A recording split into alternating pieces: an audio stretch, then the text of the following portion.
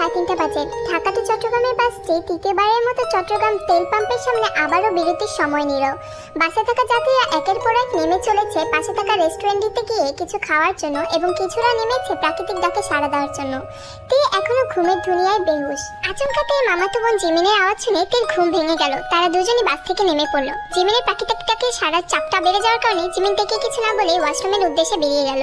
এদিকে তেরও কিন্তু ওয়াশরুমে যাওয়াটা জরুরি। অনেক অস্থিরতা কাজ করছিল। তে বুঝতে পারলো রেস্টুরেন্টে থাকা একটা ওয়াশরুম আর খালি নেই। তাই তো তে ভাবলো যে পেট্রোল পাম্পের সাথে কোনো না কোনো ওয়াশরুমটা থাকে মহিলাদের ব্যবস্থার জন্য। তে কিছু না ভেবেই সেই দিকে হাঁটা শুরু করলো। পেট্রোল পাম্পের ওয়াশরুমটি একেবারে কিনারে অবস্থিত। ওয়াশরুমের পাশে বাঁশঝাড় এবং জংলা গাছগুছ দেখা যাচ্ছে। তবে তে এতে ভয় পেল না। কোনো কিছু না ভেবেই ওয়াশরুমে চলে গেল। ওয়াশরুমে গিয়ে কাজ শেষ করে তে হাত মুখ ধুয়ে বের হতে লাগলো। ঠিক সেই সময় পড়তে লাগলো ঝিরিঝিরি বৃষ্টি।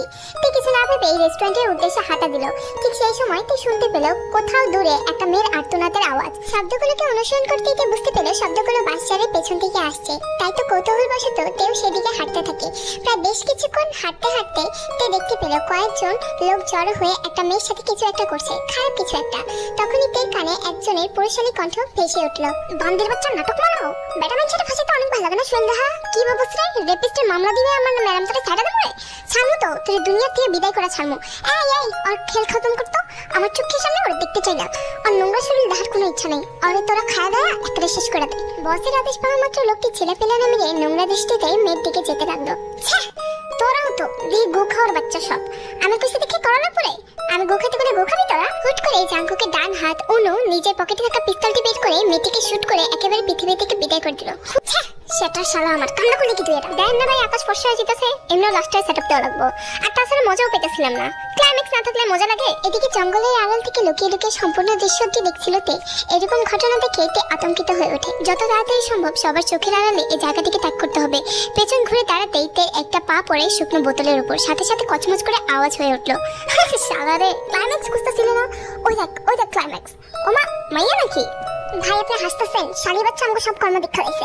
এখানে তো যারা মিডিয়ারে জানাই দিব চলে ধরি যা। সেটা ভাঙা এক বেজালের মধ্যে আরেক বেজাল। এখানে মেয়েটারে ধরতে যাবো, পাটা কেমন চিনচিন ব্যথা করতেছে, ধরতে মন চাইতেছে না। অবশ্য যদি না ধরি তাহলে পুলিশ কাছারাতে আমার অনেক দৌড়াদৌড়ি করা লাগবো, শান্তিতে ঘুমাইতে পারবো না। ভাই আপনি ভাই ঘুমাইতে পারবেন না, আমার তো 1 নম্বর আসামিতে জেলে ঢুকা রাখবো। মেয়ে দেখছে না আমি 1 নম্বর আসামি, আমি গুলি করছি। আরে চিন্তা করিস না রে, এত চিন্তাও দিস না, ভালো লাগে না তো বেলা। মেয়েটার ধরি কিন্তু একটা কম্পিটিশন করি, অনেকদিন হয়েছে দৌড়াদৌড়ি করি না। দেই তো তুই বেশি দৌড়াস না আমি ভালো দৌড়াই। এই দৌড়াতে দৌড়াতে প্রায় পেট্রোল পাম্পের কাছাকাছি চলে এসেছিল। ঠিক সেই সময় জাঙ্কুক বিদ্যুতের গতিতে এসে তের মুখটা চেপে ধরলো এবং তেকে একটা বড় গাছের সামনে পিছিয়ে ফেললো। জাঙ্কুকের ঠোঁট জোড়া তের ঠোঁট জোড়া একেবারে কাছাকাছি। ওরে শালিরে তুমি তো পুরো মারাত্মক আগুন দেখি, বিজলি পুরা আগুন আগুন। কিন্তু আমার পারমিশন ছাড়া আমার পাপ কাজ দেখে লাইছো, নট ফেয়ার। অনুমতি নিবা না? আফটার অল অনুমতি নিয়ে দেখতে চাইলে আমি কি তোমার মতো সুন্দরী মানা করতাম বলো? তিনি নিজের মুখটা জাঙ্কুকের মুখের পাশ থেকে একেবারে সরিয়ে নিল। জাঙ্কুকের মুখ থেকে বেশি সিগারেটের গন্ধ বেরোচ্ছিল, যেটা তের আর সহ্য হচ্ছিল না।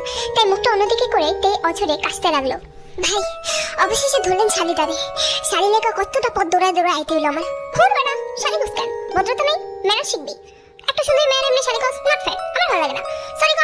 তে জোরে জোরে নিঃশ্বাস নিচ্ছিল এবং আতঙ্কিত চোখ নিয়ে একবার অনুর দিকে আরেকবার জাঙ্কুকের দিকে তাকাচ্ছিল।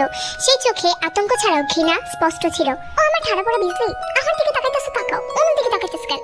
পরপরিশের দিকে তাকায় কিন্তু আমার মনটা ভেঙে দিলা, কষ্ট পাইলাম। তে কিছুক্ষণ চুপ থাকে, তারপর সাহস নিয়ে বলে ফেললো, কি চান আমার কাছ থেকে? আমাকে কেন আটকাইছেন? কি দেখতেছিল এতক্ষণ লুকা লুকা? হ্যাঁ সত্যি করে বলো তো। অস্বীকার করার কিছুই নেই, আপনাদের কুকুরমা A to Z সবই দেখা হয়ে গেছে আমার। তুমি শালি শয়তান কম না, যেখানে আমার মতো সুন্দর পরে শয়ন উপস্থিত ছিল সেখানে তুমি আমার দিকে নজর না দিয়ে আমার কুকুরের দিকে নজর দিলা, নট ফেয়ার। 2 মিনিটের পরিচয়ে 2 বার কষ্ট দিলা, কষ্ট পাইলাম। নীরবতা বিরাজমান সেখানে। তে কিছুক্ষণ চুপ থাকার পর জাঙ্কুকে উদ্দেশ্য করে রিকোয়েস্টের স্বরে বলতে লাগলো, আমাকে ছেড়ে দিন। জীবনে প্রথমবার কিছু চাইলা, না দিয়ে পারি কেমনে কত? আচ্ছা ছাড়া না হয়ে দেবো, কিন্তু এর বিনিময়ে আমার কি দিবা? তে একবার নিচের দিকে তাকালো। আপাতত জাঙ্কুকে দেওয়ার মতো তের কাছে কোনো কিছুই নেই। হাতে একটা সোনার আংটি ছিল। তে সেই সোনার আংটিটা খুলে জাঙ্কুকের উদ্দেশ্যে হাত বাড়ালো। একটা সোনার আংটি আছে, এটা রেখে দিন। জাঙ্কুক মাথা উঠিয়ে তাকালো একবার তের দিকে। আচ্ছা সত্যি করে কত তোমাকে আমার চিন্তাকারী মনে হলো? এত ছোট লোক চিন্তা ভাবনা তোমার, আমার সব থেকে চিন্তাকারী বানিয়ে দিলা। ধুর পেনের উপর পেন, 3 মিনিটের পরিচয়ে 3 বার কষ্ট দিলা, কষ্ট কষ্ট। কি যে খারাপ লাগতেছে রে। ভাই আংটির আপনার না লাগে আমার দিয়ে দেন, আমি আমার গার্লফ্রেন্ডে দিয়ে দেবো। দূরে সব ছোট লোকের বাচ্চা, তোগুলোকে চলে দেখা মানুষ আমার চিন্তাকারী ভাবে। এত ডিমোশন দিয়ে দিল মানুষ আমারে। আচ্ছা ভালো কথা। তের দিকে তাকিয়ে জাঙ্কুক বলো, আংটিটা কিসের তোমার শুনি তো? আংটিটির প্রপোজাল রিং আমার। আমার ফিয়ান্সে আমাকে দিয়েছে। ওরে শালিরে বিয়ে তো তুমি, ইস অনুরে পেন পেন পেন, বুকের একটা চিনচিন করতেছে রে আমার ধর। এই ফাঁকে তেই সেখান থেকে দৌড়ে পালাতে লাগলো। অনু পিছে পিছে যেতে থাকে, তখনই জাঙ্কুক পেছন থেকে ডাক দেয়, শালার বাচ্চা তোরে ভাত খাওয়াই কিনলে কেন? কইলাম না আমার বুকে চিনচিন ব্যথা দিতেছে, পেন লাগতেছে বাইরা। আমারে ধর, ওরে ধরা লাগবো না, ছাড়লে। আহ কি যে পেন, একটা সিগারেট ধরা দেই, পেনটা কমেনি। ধুর ভাই, ভাইয়েরা কোনো কাম করেন, ম্যাডাম যে সাজা দিলেন, এখন যদি পুলিশকে চাই দৌড়াদৌড়ি না করা লাগবে ইচ্ছা মতো। করলাম না হয় একটু দৌড়াদৌড়ি, এমনি শালি লেখা দৌড়াদৌড়ি করতে আমার আপত্তি নেই, বুঝিস না? বাসে বই থাকতে থাকতে তুই ভুড়ি বেড়ে যাবো, ভুড়ি বেড়ে গেলে বেগটা শালে আমার আরো পাত্তা দিব না। এই চিতে ভালো একটু দৌড়াদৌড়ি করে পুলিশে কি আসে যায়, এমনি অনেক টায়ার্ড লাগতেছে, ওই লাস্টারে দাফন দিয়ে দেয়, এরপর বাসে যায় সেটআপ দিয়ে একটা ঘুম দেবো। মনের ভিতরে ভয় এবং আতঙ্ক নিয়ে দৌড়াতে দৌড়াতে তে প্রায় পেট্রোল পাম্পের সামনে চলে আসে। পেট্রোল পাম্পের সামনে মানুষের আনাগোনা দেখে তে নিজের মধ্যে জীবনটা খুঁজে পেল। তে আর কোনো কিছু না ভেবেই ডাইরেক্ট বাসে উঠে বসলো। নিজের সিটে গিয়ে বসতেই তে অনবরত হাঁপাচ্ছিল এবং একটু আগে ঘটে যাওয়া প্রত্যেকটা ঘটনাই বারবার ভাবছিল। এত বড় বাসের মধ্যে আর কোনো মানুষ নেই, শুধুমাত্র তেই বসে আছে। ব্যাপারটা তের কাছে খটকা লাগতেই হুট করেই দরজার আওয়াজ শোনা গেল। তে দরজার সামনের দিকে তাকাতেই দেখতে পেল যে জাঙ্কুক দরজা লাগাচ্ছে। তে আরো বেশি আতঙ্কিত হয়ে গেল। জাঙ্কুক ধীর পায়ে আস্তে আস্তে তের সামনে আসলো। বিজলি, তুমি তো একেবারে বিজলি স্পিড রোড দিলা। উফ, তোমার ধরতে কত কষ্ট হইলো আমার। নাটক করবে না একদম। কেন আসছেন আমার পিছন পিছনে? উফ বিজলি রে, আমার তেজ দেখাবে না, তেজালা মাইয়া আমার পছন্দ না। আর এখানে আসছে একটা কথায়, আমি কিন্তু তোমার এক হিসেবে জান ভিক্ষা দিলাম, এর বিনিময়ে তোমার আমার একটা সাহায্য করতে হবে। একটু আগে জঙ্গলে যা যা দেখছো সব কিন্তু ভুলে যাবা, মন থেকে ঝাড়া ফেলে যাবা, ঠিক আছে? আর নাহলে কিন্তু আর নাই তো কি, আমাকে জানাই ভয় দেখান। একটু আগে জঙ্গলে একা ছিলাম তাই চুপ ছিলাম, কিন্তু এখন যদি আমার সাথে উল্টাপাল্টা কোনো কিছু করে নিয়ে থাকে না, সত্যি কথা মানুষের হাতে এরকম গণপিটুনি খাওয়া আপনাকে। জাঙ্কুক সাথে সাথেই রেগে গেল। সাথে সাথে তের কাছে গিয়ে তের চুলের মুষ্টিটা ধরে বলল, শালির বাচ্চা, কাল লোকে তেমন দেখাস, হ্যাঁ? তোর থাপড়া না তোর এখানেই পেতে দেবো। মানুষের ভয় দেখাস আমারে, সিম্পাতি নিবি? তোর এই সবার সামনে মায়েরা পেটায় কাপড় ছাড়া তোর এই জায়গায় পিটতে চাই যাবো আমি, দেখবো কে তোরে বাঁচায়। মুখা কোনো তের মুখ দিয়ে আর কথা বেরোল না। সামনে মানুষটা জানোয়ারের মতো আচরণে তে আর কেই বা বলবে। শালিগড়ের শালিরা, তোরা মানুষ হবি না রে, আমার মানুষ হইতে দাস না, ভালো ব্যবহার করতেছিলাম তো জুইতে লাগে নাই। যাক দিয়ে এসব কথা, তোর লগে দুশ্মনী করার ইচ্ছা আমার নেই, যা যা করছে সব ভুলে যা, ঠিক আছে? এটা বলে জাঙ্কুক সেখান থেকে চলে গেল। তে তো আতঙ্কিত অবস্থায় বাসের মধ্যে বসেছিল। কিছুক্ষণ পর জিমিন বাসের উপরে উঠলো এবং তের উপর চিল্লাতে শুরু করলো, কই গেছিলি তুই? তোর খুঁজতে খুঁজতে আমার কালা চুল সাদা হয়ে গেছে, আর যদি তোর কিছু হয়ে যেত আব্বা মানে কি জবাব দিতাম আমি? তোদের এই এলাকাটা ভালো না জিমিন, অনেক খারাপ একটা জিনিসের সম্মুখীন হয়েছি আজকে, অনেক খারাপ একটা এক্সপিরিয়েন্স। ভাবতে ভাবতে বুকটা ধরপড়ানি বেড়ে যেতেছে আমার। কি হয়েছে তে? তোরা তো আতঙ্কিত লাগতেছে কেন? আর তোর হাতের ওই আংটি কই, তোর বিয়ের আংটি? ছিনতাইকারী ভয়ঙ্কর ডাকাতদের পালায় পড়ছিলাম, একটু জন্য বেঁচে গেছি। বাসায় গিয়ে তোকে সব ঘটনা খুলে বলবো, ঠিক আছে? ভয় পাইস না। আর 15 মিনিট পর আমাদের গ্রামের রাস্তা, গ্রামের রাস্তাতে আমাদের যে ক্ষমতা, কেউ আমাদের কোনো ক্ষতি করতে পারবে না। ডাকাতটা তো একদমই না, আমার ভাই যে পাওয়ারফুল। আচ্ছা তুই একটু রেস্ট নে, বাসায় গিয়ে আমরা সব ঘটনা আমাকে খুলে বলিস, পরে আমি আমার ভাইয়েরা জানাবো। অনেক জিমিনের কথা এক কান দিয়েও ঢুকলো না তের। তে তো ওই ঘটনাগুলোকে বারবার মনে করে যাচ্ছিল, মাথা থেকে বেরিয়ে করতে পারছিল না। কিছুক্ষণের মধ্যেই জিমিনের খালাতো বাড়ির বাড়িতে পৌঁছে গেল তেরা। বাড়িটি সুবিশাল, বোঝাই যাচ্ছে গ্রামের সবচেয়ে সুন্দর এবং আভিজাত্যতার পূর্ণ আছে এই বাড়িটি। বুঝলাম না, এত সুন্দর বাড়িতে তুই আর আমি ছাড়া তো কেউই নেই, চাকর ফাকর কি নাই নাকি? আরে ঈদের ছুটি পড়ছে না, সবাই তো যার যার জায়গায় বাড়িতে চলে গেছিল, এতদিন খালি ভাইয়া ছিল বাসায়। তো কোথায় তোর ভাইয়া? তোর ভাইয়ারও তো দেখতেছি না। ভাইয়ার সাথে কথা হয়েছে, ভাইয়া কিছু কাজের জন্য একটু বাইরে গেছে। ভাইয়া বলছে আজকে দুপুরের দিকে আসবে। এতক্ষণে তুই আর আমার রুমটা তো আছে, আর আমরা আমাদের রুমে গিয়ে একটু রেস্ট নিয়ে ঘুমিয়ে পড়ি। আমি তোর সাথে ঘুমাতে পারবো না, আমাকে অন্য রুম দে। কেন? আমার সাথে ঘুমাতে কি সমস্যা? তোর ইচ্ছা মতো নাক ডাকস তুই, তোর নাক ডাকার ঠালায় ঘুম আসে না আমার, আর এমনি মাথাটা ব্যথা করতেছে। তাহলে তুই একটা কাজ কর, পাশেই হচ্ছে কি আমার ভাইয়ার রুম আছে, আমার ভাইয়া বলছে ওই রুমে অ্যাডজাস্ট হলে ঘুমায় পড়তে, সমস্যা নেই। লজ্জা শরমের কথা আর ভাবলো না তে, ডাইরেক্ট জিমিনে খালাতো ভাইয়ের রুমে চলে গেল। রুমে ঢুকতে একটা ভ্যাপসা সিগারেটের গন্ধ পেল।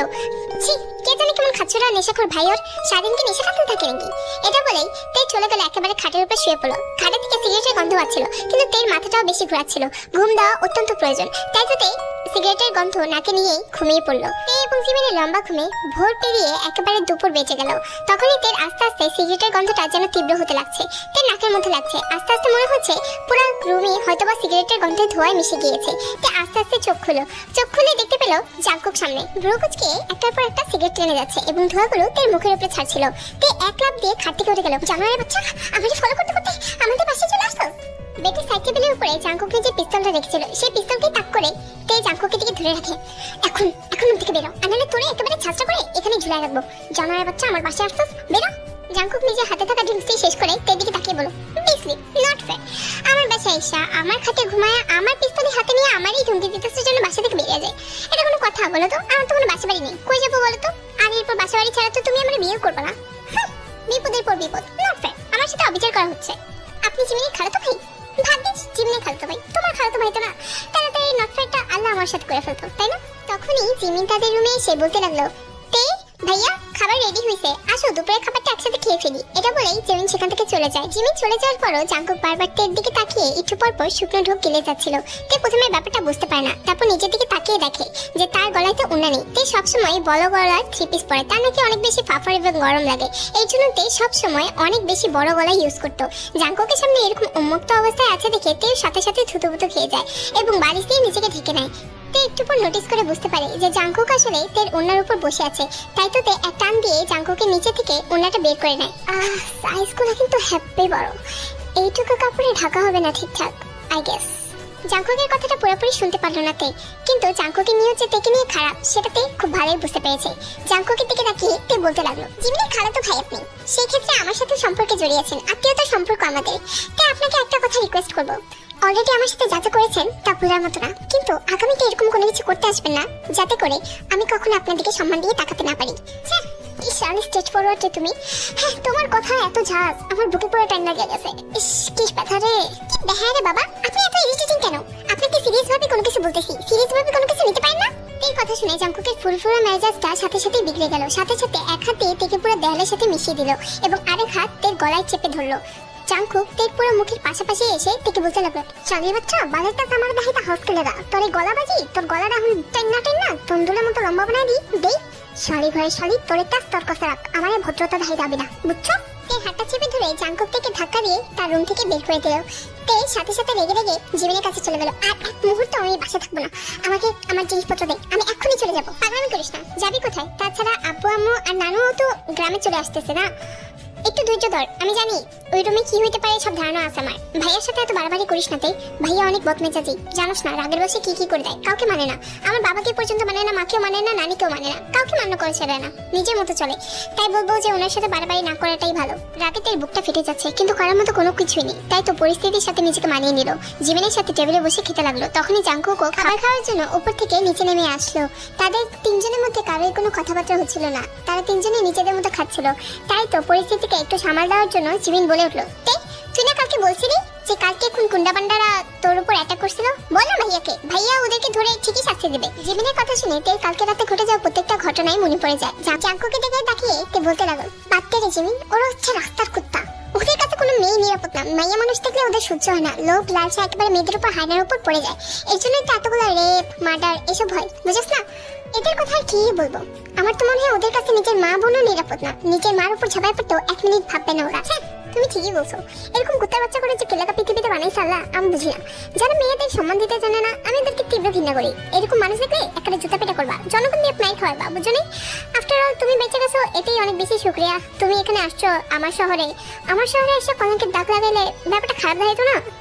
তবে তোমার একটা জিনিসে গ্যারান্টি দিই, আমার শহরে আইসো, কলঙ্কের দাগ লাগলে আমার নামে লাগবো, অন্য কারো নামে না, নট ফেয়ার, এমনটা হইতেই দেবো না আমি, লাগলে আমার নামে, ঠিক আছে? এটা বলেই জাঙ্কুক খাবার টেবিল থেকে উঠে গেল। জিমিন কোনো কিছু বুঝতে পারলো না জাঙ্কুকের এরকম কথাবার্তায়। এদিকে তে তো জাঙ্কুকের কথা শুনে রাগেই হাঁসফাঁস করে বেড়াচ্ছে। জিমিন স্পষ্টই বুঝতে পারলো ব্যাপারটা। সন্ধ্যের দিকে তে নিজের মনটাকে একটু ভালো করার জন্য নিজের বয়ফ্রেন্ডের সাথে কথা বলতে লাগে। এতক্ষণ পর প্রেমিকের সাথে কথা বলে তের মনটাও একটু হালকা হয়ে যায়। বারান্দায় বসে বসে বুকামের সাথে প্রতিনিয়ত কথা বলছিল। তখনই উপরের বারান্দা থেকে জাঙ্কুক সেটি নোটিস করে। তেও জাঙ্কুককে দেখতে পায়। তাদের দুজনের মধ্যে চোখাচোখি হতেই তে মোবাইলটা কাট করে দেয় এবং বারান্দাতেই দাঁড়িয়ে থেকে সেই মনোমুগ্ধ হাওয়াগুলোকে এনজয় করতে থাকে। হুট করেই এত সুন্দর সুগ্রানের মাঝেই তের নাকটা একদম চুপসে আসে। জাঙ্কুক পেছন থেকে সিগারেট জ্বালিয়ে সিগারেটের ধোঁয়াটা একদম তের মুখের উপর মারে। গন্ধটা তের নাকে যেতে তের বিরক্তির ভাব প্রকাশ পেয়ে যায়। আমাকে রাতে একলা রেখে নিজের কালেগের সাথে কথা বলতেছ, নট ফেয়ার ডিয়ার। একটা মেয়ে রুমে আসার আগে নক করে আসতে হয়, এতটুকু ম্যানার্স পর্যন্ত আপনার মধ্যে নেই। কেন আবার এসেছেন আমার রুমে আমাকে ডিস্টার্ব করতে? ওরে শালারে, এটা বলেই জাঙ্কুক আনন্দে আত্মহারা হয়ে তের খাটের উপর শুয়ে গড়াগড়ি করতে লাগলো একদম বাচ্চাদের মতো। হাই রে আমার শালিরে, আমার এত আপদ বানায় নিলা এত তাড়াতাড়ি? তোমার রুম এইখানে যে তারা আছো, এই বাংলোটা শুদ্ধ আমার, তবে তোমারও হয়ে যাবে। দেখো এই খাটে অনেক জায়গা আছে, আসো একসাথে টাইম স্পেন্ড করি, পরে আমার যা তোমারও তা। আপনাকে লাস্ট বারের মতো বলতেছি, আমার সাথে এরকম নাটক করতে একদম আসবেন না। নাটক না রে শালি, তোর সাথে আমি সিনেমা করবো, হালাল সিনেমা, চিন্তা করিস না। বাসর টাসর বাচ্চা কাচ্চা সবই হয়ে সিনেমায়। শালার বাচ্চা, তোর সিনেমার কয় নাম্বার নাকি আমি শুনি তো? ওয়ান অ্যান্ড অনলি শালি তুই আমার, বুঝছো? তোর মতো এরকম আগুন মাল আগে দেখি নাই রে, সত্যি সিরিয়াসলি। নাটক কিংবা অভিনয় আমার সামনে করতে আসবেন না, আপনাকে বড্ড বাজে লাগে। ওই মেয়েটাকে কেন মেরেছিলেন শুনি? শালিতে খত্তা শয়তানি বেশি করো। তোর কইছিলাম ঘটনা ভুলে যেতে, কিন্তু তুই এখনো ওই ঘটনা ধরে রাখছস। জানতেই যেতে চাইছস, কইতাছি মেয়েটা খারাপ ছিল, আমার চরিত্রে দাগ লাগাইছে, এলাকার পৃথিবী থেকে বিদায় করছি। একটা মেয়ে বিনা কারণে একটা পুরুষের চরিত্রে দাগ লাগাবে, এটা কোনোদিনই সম্ভব না। সম্ভব বাবু, সম্ভব সম্ভব। তুমি দিন দুনিয়া বুঝো না, এলাকা জানো না। দিন দুনিয়া না বুঝলেও তোদের মতো শয়তানদেরকে খুব ভালোভাবে জানা আছে আমার। তের কথা শোনা মাত্র জাঙ্কুকের চোখ রক্তবর্ণ ধারণ করলো। তেকে সাথে সাথে দেয়ালের সাথে মিশিয়ে ফেললো জাঙ্কুক। আরেক হাত দিয়ে তের গলাটা শক্তভাবে চেপে ধরলো। তে শ্বাস নিতে পারছিল না, চোখ একেবারে উতরে উপরে চলে আসার মতো অবস্থা। জাঙ্কুক তখনই তেকে ছেড়ে দিয়ে তের হাতটা শক্ত করে চেপে ধরে। এরে মাতারি, ধরে না কইছি তোরে বালের তামা কামার লোকে দেখাই দেবে না? কিসের তো কলাবাজি তোর? কলাবাজি আমার সামনে একেবারে কমাই করবে, আনালে তোর কলাবাজি একেবারে ছুটাই দেবো ধরা। খুব কষ্ট করে ঝাঁটা মেরে তে জাঙ্কুকে সরিয়ে দিয়ে জাঙ্কুকের গালে একটা থাপ্পড় বসিয়ে দিল। সাথে সাথে জাঙ্কুকের একটা আরো বেড়ে গেল। তেকে একেবারে খাটের সাথে মিশিয়ে ফেললো জাঙ্কুক। গলাটা আরো শক্ত করে চেপে ধরলো তের। কিয়ন জাঙ্কুকে থাপ্পড় মারি? আমারে? Not fair. দেখ না, এই থাপ্পড়ের প্রতিশোধ আমি কেমনি নিই? আমার কথা বিশ্বাস হলো না তো যে মেয়েরা টাকার বিনিময়ে পোলাগরে বদনাম করে? এই প্রমাণ আমি তোরে দিমু তো। দাঁড়া দাঁড়া, তোর ভাতা রাইব না এই গ্রামে? নাই না, আমি আনামু, তারপর একটা মেয়ে দিয়ে ধরা খামু। তোর চোখের সামনে বদলাম হইতে হইতে তোর ভাতার আরেকজনের বিয়ে করবো, আর এরপর তুইও এক সময় বাধ্য হয়ে আমার বিয়ে করবি। এরপরে থাপ্পড়ের বদলা নিবো আমি তোর সাথে বাসর রাতে, জানিস তো? এই থাপ্পড়ের বদলা অবশ্য থাপ্পড় দিয়ে নিবো না, থাপ্পড়ের বিনিময়ে তোমায় গিফট করবো আমি 1 ফোঁটা বানানা মিল্কশেক আমার। এরপর তোমার গর্ভে ধারণ করবে আমার সন্তান, আর ওইটাকে নিয়ে সারা জীবন আমার পরিচিতিতে বেঁচে থাকবা তুমি, ঠিক আছে মাই ডিয়ার? তেতে জাঙ্কুকের চোখ নাক মুখ দেখে তে তখন ভয় পেয়ে গেল। জাঙ্কুকের চোখে যেন জলজল করছে তের এই থাপ্পড়ের প্রতিশোধের নেশা। জাঙ্কুক তের দিকে তাকিয়ে সেই রুম থেকে বের হয়ে গেল। রুম থেকে বের হতেই জাঙ্কুক একটা সিগারেট জ্বালিয়ে নিল। শাড়ির বাচ্চা, মেজাজটা এমন চড়ান চড়াইছস, তোর লাগে এখন আমার 300 টাকা সিগারেট খাওয়া লাগতেছে। টাকা কি তোর থেকে আছে আমার? আগামীকাল সকাল সকাল তের মামা চেহব এবং তার মামি চিসু এবং তাদের সাথে জাঙ্কুকের নানি জিনো তাদের এই বাড়িতে চলে আসে। তাদেরকে দেখে একটা স্বস্তির নিঃশ্বাস ফেলেতে অবশেষে ওই শয়তানটার হাত থেকে বাঁচার জন্য কাউকে না কাউকে তো খুঁজে পেল। এত সকাল সকাল আসার পরে জাঙ্কুকের সাথে দেখা হয় না তাদের, কারণ জাঙ্কুকের আগেই বেরিয়ে গিয়েছিল। চেহব এমনিতেই গ্রামটাকে ঘোরার জন্য বাহির হয়, কিন্তু বাসে ফেরত আসে একটা কালো গম্ভীর মুখ নিয়ে। বাসে আসতে না আসতেই জাঙ্কুকের নানি এবং জাঙ্কুকের খালা যিশুর সাথে চিল্লাচিল্লি করতে থাকে চেহব। তোমার বোনের পুরো যন্ত্রণায় গ্রামে একটু শান্তি মতো হাঁটতেও পারলাম না। 100 জনে 100টা নালিশ জানাই দিল জাঙ্কুকের ব্যাপারে, কেউ ওর জন্য শান্তিতে থাকতে পারতেছে না। নাকটা সকাল সকাল কাটা গেল আমার। খালুজান আপনার নাক কেটে দিল, এটা কোনো হইলো বলেন তো? আচ্ছা নাক যেহেতু কাটছে, নাকটা সেলাই করে দেয়নি? যান, আপনার প্রমিস কাটলাম যে আপনার নাক কাটছে আমি আর প্রসঙ্গ কেটে দেবো, প্রমিস। জাঙ্কুক সাবধানে কথা বল, তোর খালু হয়। ইচ্ছে বেশি সাবধানে কথা বলতে গেলে শ্বাসকষ্ট হয় আমার খালা। আর এই জায়গায় কেউ নাই ও যে আমার আদর করে ঠোঁটে ঠোঁট রেখা শ্বাস দেবো শ্বাসকষ্ট হইলে। বুঝো না এই ব্যাপারটা? তোমার সাথে কথা বলে না আসলে কোনো লাভ নেই। আসলে শাসন করার কোনো মানুষ নাই তো, এর জন্য নিজের মতো বিগড়াইছো সারাটা জীবন। উফ, এই তো খালু, এই তো এতক্ষণ পর আপন মানুষের মতো একটা কথা বললেন। আসলে তো শাসন করার মানুষ নাই আমার জীবনে। একটা বিয়ে করে দেন না, কত বছরের ইচ্ছা বউয়েরাতে মাই খাওয়ার, পারতেছি না তো। নাটক করো আমার সাথে, তামসা তামাশা করে তো কম ক্ষমতার মালিক হও নাই, চাইলে যে কোনো মেয়েরই বিয়ে করতে পারো। এটাই তো খালু, এটাই তো একটা ফ্যাক্ট। যে কোনো মেয়ের তো বিয়ে করবো না আমি। শালার মাইয়া পছন্দ হয়েছে একটা শালিরে, শালি আবার বিয়েটা কি করবো কোন তো? আচ্ছা, কোন বিবাহিত মেয়েকে পছন্দ করছিস নি? মাইয়া মারাত্মক সুন্দরী, আরো ভদ্র করে, বুঝছেন? ওই যে আপনার বোনজি যারা ছোটবেলা থেকে বড় করছেন, ওরে খুব শীঘ্রই বিয়ে করতেছে আমি। আপনার আমন্ত্রণ জানাইলাম। ওর দিকে তাকালে থাপড়ার মধ্যে তোমারে। ওর বিয়ে ঠিক হয়ে গেছে, ওরে কোনোভাবেই পাবা না তুমি, ওর আশাবাদ দাও। বাবারে, কথাটা এমনি করলেন যেন আপনার কাছে পারমিশন নিলাম আমি। আপনার তো আমি গুরুজন হিসেবে জানাই রাখতেছি। আসলে হাজার হলেও আমি একটা ভদ্র ছেলে তো, গুরুজনদেরকে জানাই সব কাজ করি, তাই আপনারও জানাইলাম। পারমিশন নিতে আসি নাই। মাথায় কি সমস্যা আছে আপনার? এক কথা কয়বার বলা নাকি আপনাকে আমার বিয়ে ঠিক করা? বুঝতে পারছেন না? শালি তুই তো কথাই কইছ না, তোর এক একটা কথা এমন কারেন্ট লাগে আমার শরীরে যে বলার মতো না। কালকে রাতে তো এমন কারেন্ট লাগাইছো যে বুকে ব্যথা এখনো চিনচিন করতেছে আমার। তো বুকের মধ্যে এরকম চিনচিন ব্যথা নিয়ে বাইকে আছেন কেন? মরে কেন যান না? ইস, কি যে ঝাল লাগে না কথা কও না তুমি। তোমার সাথে বিয়ে বাসর একটা করতে পারলাম না, এত তাড়াতাড়ি কেমনে মরে বলো তো? আমার বিয়ে ঠিক হয়ে আছে, কয়বার বলবো এই কথা আপনাকে? চুপ থাক শালি বাচ্চা, কান কি বয় আমার? এক কথা কয়বার কষ্ট তুই? আরেকবার মুখ দিয়ে এই কথা বের করলে না গলার ভিতরে একেবারে বাস ঢুকাই দেবো তোর। আয় না, থামবি কেন? বাস না বলে ঢুকাবি? দেখি না সাহস কত বড় তোর। শালি তোর তেজ কমে না। আয়, তোর রুমে নিয়ে স্পেশাল বানানোটা তোর মুখের ভিতরে ঢুকাই, তারপর দেখাই আমার সাহস কত বড়। আয়। জাঙ্কুক, আমার ভাগ্যের সাথে এভাবে কথা বলতে পারো না। ওরে বাবা, পুরো বয়সে তুই ভালোই অ্যাডজাস্টমেন্ট বুঝেন। রঙিন সিনেমা দেখেন নাকি আপনি? কেন রঙিন সিনেমা করেন নাকি আপনি শুনি? ওই পালার সুযোগ নেই রে আমি, এখনো বিয়ে করি নাই তো, তাই সিনেমা করতেছি না। একবার বিয়েটা করে রে তোর লোকে, তারপর প্রতি রাতে তোর লোকে সিনেমা করবো। আর যদি এরকম তেজ দেখাতে থাকোস না, তাহলে বিয়ের আগে সিনেমা শুরু করে দেবো। আমি বেঁচে থাকতে ওই সুযোগ কোনোদিনও পাবো না তুমি জাঙ্কুক। হ্যাঁ রে খালো রে, মালদার আর ক্ষমতাদার মানুষে পরিচিত হইতে দেখছেন আপনি কখনো? দেখেন নাই, এখনো দেখবেন না। চ্যালেঞ্জ করতেছি, নিজেদের রুমে গিয়ে তের মামাকে বলতে লাগলো, দেখো এমনিতে আমাদের কম ঋণ না, যদি তের সাথে চাঙ্কুকে বিয়েটা কোনো মতো হয়ে যায় তাহলে আমাদের ঋণ টিন সব চাঙ্কুকে পরিশোধ করে দেবে, তাছাড়া আমাদের বাচ্চার তো ভবিষ্যৎ আছে নাকি। কি বলতেছে এগুলা? বোগামের সাথে ওর বিয়ে আমি নিজের হাতে ঠিক করছি, এই বিয়ে এখন ভেঙে দেবো? জাঙ্কুকের সাথে বিয়েটা হলেও আর ক্ষতিটা কি বলো তো? তুই একটা ভালো মেয়ে, তাছাড়া জাঙ্কুকে যদি কোনোভাবে ভালো মানুষ করতে পারে তাহলে তো আমাদেরই লাভ না। ঘরের মেয়ে ঘরে থাকবে আর জাঙ্কুকের সম্পত্তির বাইরে যাবে না, আমাদেরই থাকবে। একটা বার ভাবো, এখন যেভাবে জাঙ্কুকের সম্পত্তি ভোগ করি, জাঙ্কুকের বউ চলে আসলে কি এভাবে ভোগ করতে পারবো? পারবো না। কিন্তু তে থাকলে ব্যাপারটা অন্যরকম হবে। এই না হয় এটারই কয় আমার খালো একেবারে আমার সম্পত্তি চুষা খাওয়ার ফুল পারফেক্ট একটা প্ল্যানিং বানাইছেন। কিন্তু প্ল্যানিংটা কিন্তু ভালোই, তেরা আমার কাছে দিয়ে দেন, এই বিনিময়ে আমি সম্পত্তি তো দিমই আপনাদেরকে, চিন্তা নাই। জিহব জাঙ্কুকে এবং জিসুর কথার কোনো উত্তর দিল না। সারাটা রাত এই কথা নিয়ে ভাবতে লাগলো। সকাল হতে জিহব চলে গেল তের রুমে। কি হয়েছে মামা, বাইরে কেন দাঁড়ায় আসো? আসো ভিতরে আসো। তে, আমার আদরে ভাগ্নি, জীবনে প্রথমবার কোনো কিছু চামু তোর কাছে, তুই দিবি আমাকে? কি যে বলো না মামা, কেন দেবো না বলো, অবশ্যই দিব। কি চাও তুমি? আমি চাই তুই জাঙ্কুকে বিয়ে কর। কি মাথা খারাপ হয়েছে তোমার? দেখতে ঠান্ডা মাথা ভাব, তুই অনাথ, জাঙ্কুকে অনাথ। জাঙ্কুকের এত সম্পত্তি, তুই যদি ওকে বিয়ে করিস তাহলে সব সম্পত্তি মালিক তুই হয়ে যাবি। এইটুকু সম্পত্তির মালিক হলে কেন, যদি 1000 কোটি টাকার সম্পত্তির মালিক হইতো না তাও আমি ওকে বিয়ে করতাম না। ধর, বাচ্চা কালে কত বড় একটা স্বপ্ন ছিল লোভী একটা বউ পাওয়ার, ওই স্বপ্নটাও পূরণ হতে দিলি না শালি তুই। কথাটি জাঙ্কু কারাল থেকে মনে মনে বলল, দেখতে এত কিছু জানি না, ছোটবেলা থেকে ফাঁসি আমি তোকে, তাই তোর প্রতি আমার একটা অধিকার আছে, আর ওই অধিকার অনুযায়ী আমি বলতেছি তুই বিয়ে করলে জাঙ্কুকেই করবি।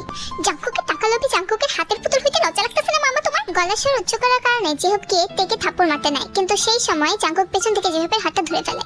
সারা কাপুরুষ আপনি, একটা নারীর গায়ে হাত দেন, লজ্জা করে না? আমি এবার নারী নির্যাতন সহ্য করতে পারি না বুঝছেন। এখন এই রুম থেকে জানতো, দেখি বেচারির সাথে একটু কথা বলি। হ্যাঁ যা বলার বলো, এমনি তো তোমারই বউ হবে। জেহব চলে যাওয়ার পর তে নিঃশব্দে কিছুক্ষণ কান্না করে নিল। এই তো এখন লাগতেছে তোমার বিয়েটা মাইয়া মাইয়া মানুষ বুঝছো, এরকমই হওয়া উচিত। বিয়ের নাম শুনতে না শুনতে এক বালতি চোখের পানি রেডি। এই যে তুমি কাঁদতেছো, এখন মনে হচ্ছে তোমার বিয়ে ঠিক হয়েছে। তে হুট করে জাঙ্কুকের হাত দুটো ধরে ফেললো। বউরে, তোমার এই ছোঁয়াতে আমার শরীরে আগুন লেগে গেছে। বিয়ের আগে এরকম করো না তো, আমি আবার বুঝছো হর্নি হয়ে গেলে নিজের কন্ট্রোল করতে পারি না।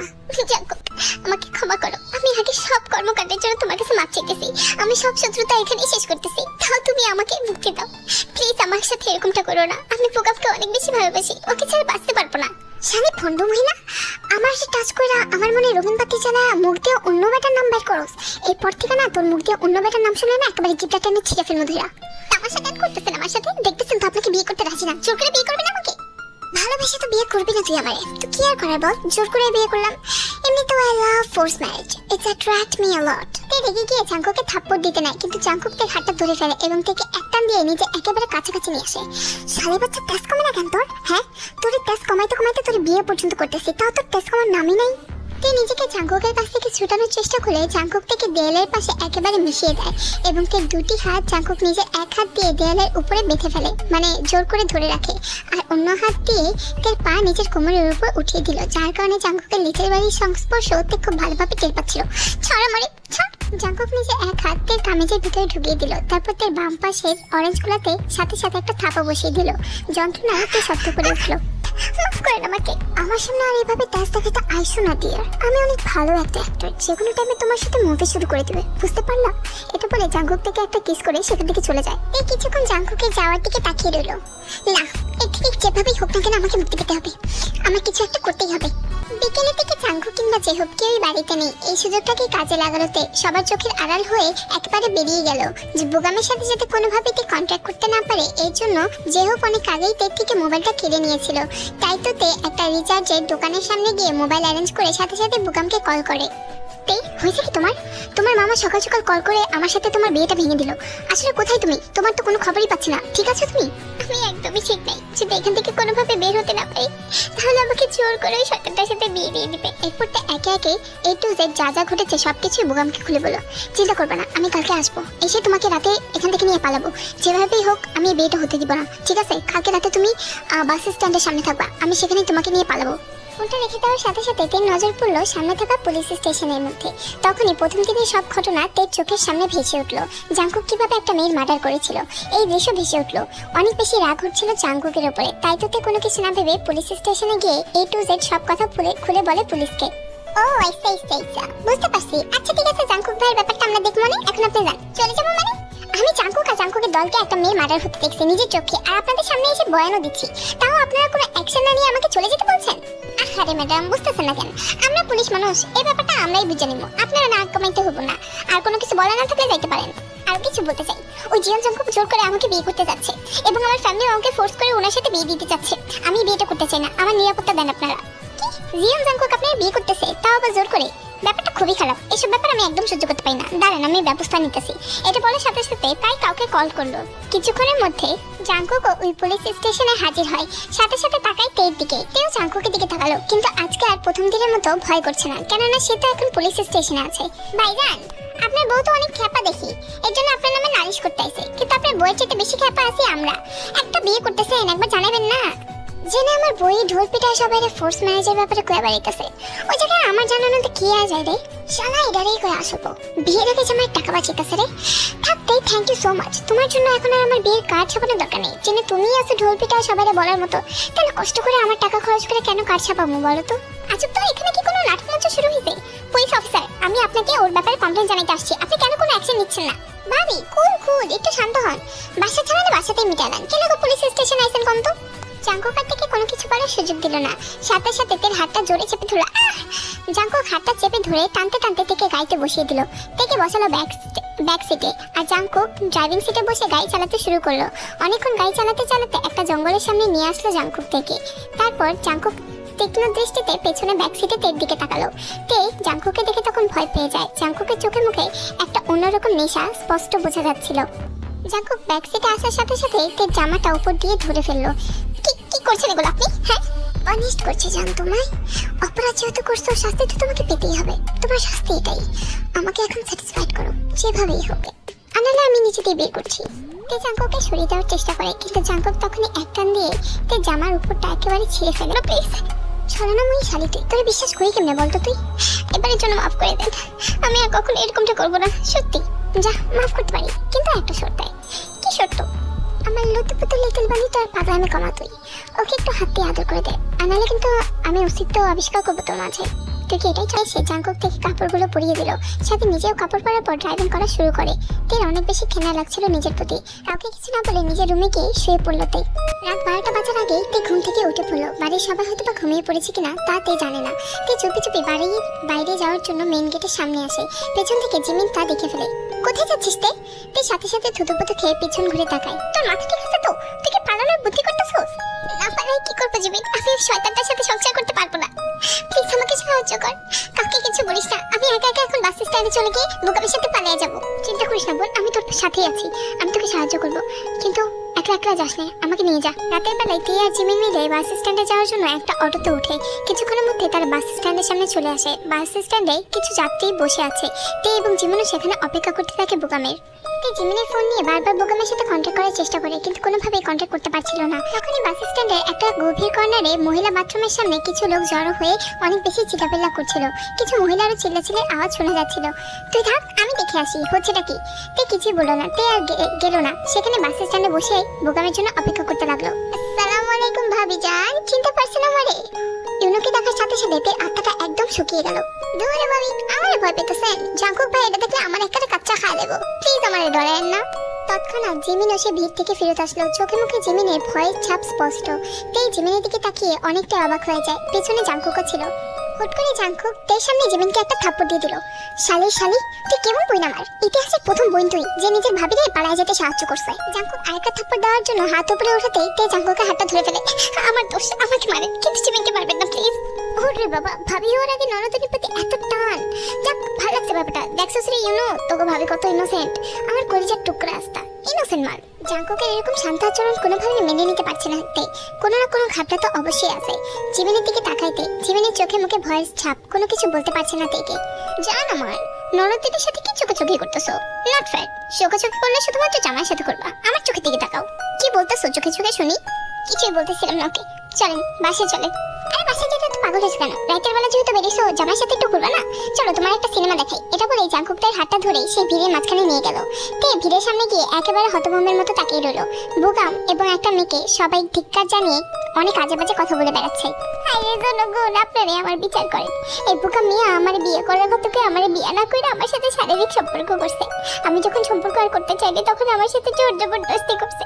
আমার থেকে টাকা নিয়ে পালিয়ে গেছে। এখন আর আমার বিয়ে করতে চায় না। এর বিচার কি আপনারাই করেন। করে এমন বেজন্মানাই আমগো সমাজের আসল কলঙ্ক। এটা ধরে পিটা কয়েকজন লোক মিলে আরো ধরুম ধারণ পিটালো বোকামকে। তে চোখের সামনে এগুলো দেখে যাচ্ছে। ধরু শালা মেয়েদের সাথে যারা জোর জবরদস্তি করে ওদেরকে আমার একদম দেখতে মন চায় না, বুঝছো? এগুলো ধরে পিটান দরকার, আসলে পিটান দরকার। এই পুলিশ অফিসার, ওরে নিয়ে একেবারে রেপ মামলায় ভরে দেন না। চিন্তা করেন না জাঙ্কুক ভাই, এই শালারে রেপ মামলায় এখনই ভরতাছি, চিন্তা করবেন না। চল। এটা বলেই পুলিশ অফিসার বুকামকে নিয়ে সেখান থেকে চলে গেল। পুরোটা দৃশ্য চোখের সামনেই ঘটে গেল তের, কিন্তু তে কিছু বলতে পারলো না। এক দৃষ্টিতে তাকিয়ে রইল জাঙ্কুকের দিকে। কি আমার শালি এমনি তাকায় আছো কেন আমার দিকে? চিন্তা করো না, আমি জাঙ্কুক ন্যায়পরায়ণ, বুঝছো? ওরে পর্যাপ্ত শাস্তি দিব। একটা মেয়ের সাথে এরকম করা তো ঠিকই হয়নি। আরো আমার বই দিকে তাকাইছে, ওরে একেবারে মৃত্যুদণ্ড কনফার্ম। ঠিক করছি না? তে নিঃশব্দে এক দৃষ্টিতে তাকিয়ে রইল জাঙ্কুকের দিকে। জাঙ্কুক কিছুই বলল না, তের হাঁটা ধরে গাড়িতে বসিয়ে দিল। এরপর কার ড্রাইভ করতে করতে বাসে চলে গেল। জাঙ্কুক তের সাথে আর একটা কথা বলল না। বাসায় গিয়ে পৌঁছাতে নিজের রুমে চলে যায়। তেও পিছন পিছন জাঙ্কুকের কাছে যায়। রুমে গিয়ে পৌঁছাতে তের সাথে সাথে জাঙ্কুকের হাতটি ধরে ফেলে। আপনি এখন থেকে আমাকে যেমনটা করতে বলবে আমি ঠিক তেমনটাই করব। একদম আপনার লক্ষ্মী বউ হয়ে থাকবো সারাটা জীবন, এবং নিজ ইচ্ছে আপনাকে বিয়ে করবো। কিন্তু তবুও প্লিজ আপনি বোকামকে ছেড়ে দেন। আমি জানি ও কোনো কিছুই করেনি, ও নির্দোষ। শালির বাচ্চা, এত টানতে লাগা তোর ভাতের প্রতি তোর? হ্যাঁ, তুই কি ফিজিক্যাল হয়েছিল ওর সাথে? আমার চরিত্র নিয়ে একদম উল্টাপাল্টা কথা বলবে না। আপনি একমাত্র শয়তান যে কিনা আমাকে প্রথমবারের মতো টাচ করছে। ধান্দাবাজ শালি, তোর তো আমার টাচ ভালো লাগে না। আমি ধরলেই তো তুই পুরো ফ্যাট করে ওঠোস। আমার কাছে অন্য ভাতারের ব্যাপারে সুপারিশ করতেছিস, জান ভিক্ষা চাইতেছিস। লজ্জা করে না তোর? না, লজ্জা করতেছে না, কারণ আমি জানি ও নির্দোষ। ওই মেয়েটা ওরে বিদাকারে ফাঁসিতেছে আপনার কথাই। ও এখন ওই নির্দোষ হয়ে গেছে। আর আমার উপর যখন অন্যান্য মেয়েরা অপবাদ দিত তখন তো সত্যি মনে হয়েছিল না রে? এর জন্য তো আমার ব্যাপারে কমপ্লেন করতে গেছিলি পুলিশ স্টেশনে। ভুল হয়েছে আমার, এবারের জন্য মাফ করে দেন, ওকে ছাইড়া দেন। শালির বাচ্চা, এই মুক্তি আছে আরেকবার অন্য গানের নাম্বার করছিস না? কসম তোর গলা টিপা এখানে মেরালাম আমি। হুট করে জাঙ্কুক এত বেশি রেগে গেল যে জাঙ্কুকের চোখ দুটি রক্তবর্ণ ধারণ করলো। রেগে মেগে বাড়ি থেকে বেরিয়ে যেতে নেয়। সাথে সাথে তে জাঙ্কুকের হাতে ধরে ফেলে। কোথায় যাচ্ছেন আপনি? শালি, তোর মুখ দিয়ে ওই ভাতার সম্পর্কে এত ইমোশন দেখছি, কেমন ওটা বাঁচা রাখি কত। প্লিজ প্লিজ চাপেন না, এখানে থাকুন, একটু শান্ত হন। কেমনি শান্ত হবো আমি? আমার রাগটা তো একেবারে 100 উপরে উঠা দিছিস তুই, এখন শান্ত হইতে বলতেছিস? প্লিজ এমন করবেন না, শান্ত হয়ে যান। জাঙ্কুক সাথে সাথে দরজাটা লক করে দিল। এক পলক তাকালো তের দিকে, মাথা থেকে পা পর্যন্ত স্ক্যান। পরের দিন সকালবেলা খুব ছোট্ট একটা আয়োজনের মাধ্যমে তেকুকের বিয়েটা ঘরোয়া পদ্ধতিতে সম্পূর্ণ হলো। যাক, ভালোই হলো। ঘরের ছেলে ঘরেই থাকবে আর ঘরের মেয়েও ঘরেই থাকবে। মামির থেকে এক নজরে তাকালোতে জাঙ্কুক তার পাশেই বসে আছে, বন্ধুদের সাথে আড্ডা দিচ্ছিল। তখনই তে উঠে গিয়ে মামা এবং মামির উদ্দেশ্যে বলতে লাগলো, বিয়েটা সম্পূর্ণ হয়েছে। আপনাদেরকে অনেক অনেক ধন্যবাদ আমার বিয়েটা দেওয়ার জন্য এবং আমাকে এত বছর লালন পালন করার জন্য। এখন আপনি বাড়ি থেকে বের হতে পারেন। কি ভেবেছিলেন মামি? আমাকে বলি পাঠা বানানোর পর জাঙ্কুকের টাকা শুষে শুষে খেতে দিব আমি? যাই হোক, আমার স্বামীর টাকা আমি দিব না, বেরিয়ে যান। এই না হয় জিয়ন জাঙ্কুকের বউ শালি, তুমি একদম পারফেক্ট কথা বলছো। এভাবে জামাই টাকা বাঁচা যাবা, সাবাস। জাঙ্কুক, কিছু বল তুই তোর বউকে, কিভাবে আমাদের সাথে এভাবে কথা বলতেছে? ও মা গো খালা, আমি আমার বড় অনেক ভয় পাই গো। আমি কিছু বলতে পারবো না, ওর মুখ আছে বলবে না। আর ভুল তো কিছু বলে নেই, বেচারিরে টাকার জন্য বিয়ে দিছো তোমরা। ভুল কিছু বলছে, এখন তো টাকা তো মেটাবেই। জাঙ্কুক, তোমার সাথে কিন্তু একটা চুক্তি হয়েছিল আমার, মনে আছে? অবশ্যই। চিন্তা করবেন না মামা, জাঙ্কুকের মনে না থাকলেও আমার মনে আছে। আমাকে বিয়ে দেওয়ার শর্ত হিসেবে যত টাকা চাইছিলেন ওই সব টাকা জাঙ্কুক আপনার অ্যাকাউন্টে পৌঁছে দেবে। এখন আপনি ঢাকা ফেরত চলে যান। ঢাকায় গিয়ে ব্যাংক অ্যাকাউন্ট চেক করবেন, দেখবেন টাকা পেয়ে গেছেন। ঠিক আছে তাই চলে যাচ্ছি, কিন্তু একটা কথা মনে রাখো, আজকে হয়তো বা আমাকে গালি দিচ্ছ মনে মনে, কিন্তু একদিন শুকরিয়া আদায় করবে যে আমি তোমাকে জাঙ্কুকের সাথে বিয়ে দিয়েছিলাম। এটা বলে জেহব সেখান থেকে চলে গেল। সাথে জেহবের পরিবারও চলে গেল। বাসায় এখন জাঙ্কুকের কিছু বন্ধু বান্ধব আর তেই অবশিষ্ট আছে। নতুন বয়সে যেতেকে আজকে মারাত্মক সুন্দর লাগছিল, যা জাঙ্কুকে আকর্ষণ করছিল বারবার। আপনারা এখানে থাকুন, আমি রুমে চলে যাচ্ছি, এনজয় করুন। বহু রুমে যেতেছো ঠিক আছে, কিন্তু কাপড় টাপড় খুলো না, গয়নাগাটিও খুলবে না। বাসর করবো তো আমি এক এক করে সবকিছু খুলে দেবো, কাপড় গয়না এ টু সেট সব। ওকে বউ? তুই কিছুই বলো না, চুপচাপ সিঁড়ি দিয়ে উপরে উঠে গেল। চোখে মুখে এখনো রক্তের নেশা, যেন কাউকে মারতে চাইতে। তে রুমে গিয়ে চুপচাপ বসে আছে। কিছুক্ষণ পর আড্ডা দেওয়ার পর বিকেলের দিকে জাঙ্কুক রুমে গেল। তে এখনো নতুন বয়স সাজিয়ে বসে আছে, জাঙ্কুকের জন্যই অপেক্ষা করছিল। জাঙ্কুক যে দীপ্তে জাঙ্কুকের দিকে তাকায়। জাঙ্কুকের কাছে গিয়ে থেকে সফটলি একটা কিস করলো। কেউ তখন কিস ব্যাক করলো। জাঙ্কুক আস্তে আস্তে তের ব্লাউজের দিকে হাত দিল এবং একটা একটা করে তের ব্লাউজ করলো খুলতে লাগলো। কি ধান্দা চালাইতেছো বউ তুমি, মনের ভিতরে বলো তো? তোমার তো এরকম রূপ দেখার অভ্যাস নাই আমার। কোনো ধান্দা চালাচ্ছি না, আজকে কবুল করেছি আপনাকে স্বামী হিসেবে, তাই স্বামীর অধিকার আপনাকে আদায় করতে দিচ্ছি, এর বেশি কিছু। আমার এই ভাতারে মারা ফেলছি, এরপর আমার স্বামী হিসেবে এত আদর দিতেছো আর এত নাটক করে আমাকে কাছে আসতে দিতেছো। Very interesting. খবরটা সকালেই পাইছিলাম, কিন্তু বললাম তো আপনাকে স্বীকার করে নিয়েছে স্বামী হিসাবে। কথাটা বলার মতোই জাঙ্কুক মেইন কেমিস্টের মতো না, কন্টিনিউয়াসলি করেই যাচ্ছিল এইসব কিছু। 4 ঘন্টা পরও জাঙ্কুকের ক্লান্ত হওয়ার নাম নেই। অনেক হয়েছে, এবার ছাড়ুন। রাত 11:30টার দিকে তে কিচেনে আসলো জাঙ্কুক এবং তার জন্য খাবার নিয়ে যেতে। আসলে বিয়ের খাবারে যা জমা ছিল ওগুলোই তে রেডি করছিল। সুন্দর বাধ্যবয়ের মতো তে সুন্দর করে খাবারগুলো জাঙ্কুকের সামনে নিয়ে রাখলো। নিন খান। ধন্যবাদ মহিলা, খাবার তো মজা হয়েছে কেন বলো তো? খাবারে বিষ মিলিয়ে দাও নি তো? হাসতে হাসতে জাঙ্কুক কথাটি বললো এবং খাবারগুলো খুব মজা করে খাচ্ছিল। তেও খাচ্ছিল কিন্তু তে কোনো রিয়েকশন দিচ্ছিল না। হুট করেই জাঙ্কুকের শ্বাসকষ্ট হতে শুরু করে। কি গেমটা খেললি রে, বিয়ের দিনে আমার মেরে ফেলবি? জাঙ্কুকের মুখ দিয়ে রক্ত পড়তে লাগলো। তে সেই দিকে তাকিয়ে রইল নিঃশব্দে। শরীরের মধ্যে আর কোনো শক্তি অবশিষ্ট নেই। জাঙ্কুকের দেহ টানিথর হয়ে যাচ্ছিল। তে এক দৃষ্টিতে তাকিয়ে থাকে জাঙ্কুকের দিকে। সাথে সাথে হোশ ফেরত আসে। একটা প্রতিষেধক নিয়ে জাঙ্কুকের মুখের ভিতরে ঢুকিয়ে দেয়। সাথে সাথে জাঙ্কুক কাশতে থাকে। তে বার জোর করে সে প্রতিষেধকটা গিলায় জাঙ্কুককে। কিছুক্ষণের মধ্যে জাঙ্কুকের হাঁপানিটা ঠিক হয়ে যায়। রক্তবর্ণ চোখ নিয়ে তাকায় তের দিকে। এভাবে তাকায় থাকবেন আমার দিকে? মেরে ফেলার ইচ্ছা থাকলে মেরে ফেলুন। এমনি তো আপনার কাছে তো মানুষ মারা একটা পাখি মারার মতোই, তাই না? শালীর ধান্দাবাজ মহিলা, কেলেও মারতে চাইছিস আমার? তোর ভাতাটা মেডালিস্ট দেখা। নিঃসন্দেহে ঘৃণা করি আপনাকে, এটা লুকানোর কিছু না। তবে শুধু প্রোগ্রামের জন্য না, সমাজে উপকর্ম করে বেড়ান আপনি। হাজার হাজার মানুষকে কষ্ট রাখছেন, সাথে আমাকেও। হ্যাঁ, উপকর্ম করি আমি। তুই কি করবি শালী? তুই কিচ্ছু নাই করার, এখন আমাকে সহ্য করবি খালি। এটাই তোর জীবন, বুঝতে পারছিস? এভাবেই কেটে গেল একটা বছর। এই একটা বছরেও তাদের সম্পর্কে কোনো ডেভেলপ হয়নি। যদিও তাদের শারীরিক সম্পর্ক স্বামী স্ত্রীর মতোই, কিন্তু মনের সম্পর্ক মোটেও স্বামী স্ত্রীর মতো হতে পারেনি। তে এখনো জাঙ্কুকে ঘৃণা করে। এই সাত সকালবেলা ডক্টরকে আমার বাসায় আনানোর পর আমার চেক আপ করানোর কি মানে শুনি? ডাক্তার আন্টি, ওর সাথে কথা বললেন না তো? ওর মাথা খারাপ। সমস্যাটা কোথায়, কেন হইতেছে না বলেন তো? আসলে আপনাদের বেবি হচ্ছে না কারণ আপনার ওয়াইফ নিয়মিত পিলস নিচ্ছেন, যার কারণে বেবি হচ্ছে না। ডাক্তার চলে যেতে জাঙ্কুকের থুতনিটা চেপে ধরলো। শালীর বাচ্চা, ট্যাবলেট খেয়ে বয়ে থাকার মাস, আর আমি মনে মনে মাসের পর মাস ভাবতেছি যে আমার মিল্কশেকে সমস্যা। ভুল কিছু তো ভাবেন নাই, মিল্কশেকে না, আপনার চরিত্রের সমস্যা। আপনার চরিত্র খারাপ, মানুষ হিসেবে আপনি জঘন্য। আমি আমার সন্তানকে কিভাবে আপনার মতো জানোয়ারের মতো একটা বাপ উপহার দিই বলেন তো? বালের কথা আমার সাথে কবি না। একটা বছর হয়ে গেল তোর ঘৃণা কমার নাম নেই শালী। যেদিন আমার ব্যাপারে জানতে পারবি না, ওই দিন আফসোস করবি। এটা বলে জাঙ্কুক সেখান থেকে চলে গেল। 7-8 দিন হয়ে গেল জাঙ্কুকের বাসায় আসার নাম নেই। 20 দিন পর তে চিন্তা হতে লাগে জাঙ্কুকের জন্য। এতদিন জাঙ্কুক কখনো বাহিরে থাকে না, আর বাহিরে থাকলেও তের সাথে বেহায়ের মতো যোগাযোগ করে, কিন্তু এবার কোনো কিছুই হচ্ছে না। মনে মনে চিন্তা হচ্ছে। তাই তো লাস্ট বারের মতো পুলিশ স্টেশনে কাছে গিয়ে রিপোর্ট জানাইতে। পুলিশ স্টেশনে এখন আর আগের পুলিশ অফিসার নেই, নতুন পুলিশ অফিসার এসেছে। তে রিপোর্ট করার সাথে সাথে সুগা জাঙ্কুককে চিনে ফেলে। ও ভাবি, আপনি? ক্ষমা করবেন, কিন্তু আপনি আমাকে ভাবি বলেন যে? আমি তো আপনাকে চিনতে পারছি না, কখনো দেখিনি আপনাকে। আরে আপনি দেখেন নাই তো কি হয়েছে? আমি তো আপনাকে চিনি। জাঙ্কুক ভাইটা তো সবাই চেনে না, তো জাঙ্কুক ভাইয়ের একমাত্র বোর্ডে তো আমরা চিনি। চিনছেন, ভালো কথা। এখনো কি খুঁজে বের করেন? 20 দিন হয়ে গেছে ওর বাসায় আসার নাম নেই, কোনো ধরনের কন্ট্যাক্ট পাচ্ছি না। ফোন করেছি কিন্তু কোনোভাবে ওকে কন্ট্যাক্টে পাচ্ছি না আমি। ভাবি, আপনি তো পাবেন না ভাইয়ারে, ভাইয়া তো মিশনে গেছে না, আপনি জানেন না? কি? কোন মিশন? ভাবি, আপনি চিনবেন না, অনেক ডেঞ্জারাস চক্রের বিরুদ্ধে কাজ করে তো। অনেকগুলো চক্রের সাথে মিশে মিশে ওই চক্রগুলো ধরা খাওয়ায়। আসলে পুলিশের আন্ডারে উনি কাম করেন, কাজ করতেছেন প্রায় 8 বছরের উপরে হবে। কিন্তু আপনি এত অবাক হলেন কেন? ভাইকে আপনাকে কখনো বলেনি? না, জাঙ্কুকের সাথে আমার এইসব নিয়ে কখনোই কথা হয়নি। আচ্ছা, আমি এখন আসি। ও তাহলে কবে ফেরত আসবেন এটা জানেন? আসলে জানি না ভাবি, মিশনের ব্যাপার তো, কখন কি হয় বলা যায় না। জীবনে রিস্ক নিয়ে এসব কাজ করতে হয় তো। তাই জাঙ্কুক ভাইয়া ঠিক আছে, এতটুকু নিশ্চিত। কবে আসবে এটা জানি না। তাই কিছু বলো না, হাসি মুখে সেখান থেকে বিদায় নিল। কিন্তু মাথার ভিতরে জাঙ্কুকের নামে বলা সেই কথাগুলো ঘুরপাক খাচ্ছে। কিভাবে সম্ভব? জাঙ্কুকেই তো সে একজন সন্ত্রাসী ভাবছে। কিভাবে জাঙ্কুক একটা পুলিশের আন্ডারে কাজ করে বেড়াচ্ছে এত বছর? কোনো কিছুই মেলাতে পারছে না। আর যদি পুলিশের আন্ডারে কাজ করে থাকে তাহলে বুগামকেই বা কেন মেরেছিল? আর ওই মেয়েদেরকে কেন মার্ডার করলো? এইসব কথা ঘুরপাক খাচ্ছিল তের মনে। তাই অনেক কষ্টে কায়ের নাম্বারটা জোগাড় করে। আসসালামু আলাইকুম ভাবি, ডাকছিলেন আপনি আমাকে? দেখা করতে বলছিলেন, তাই আসলাম দেখা করতে।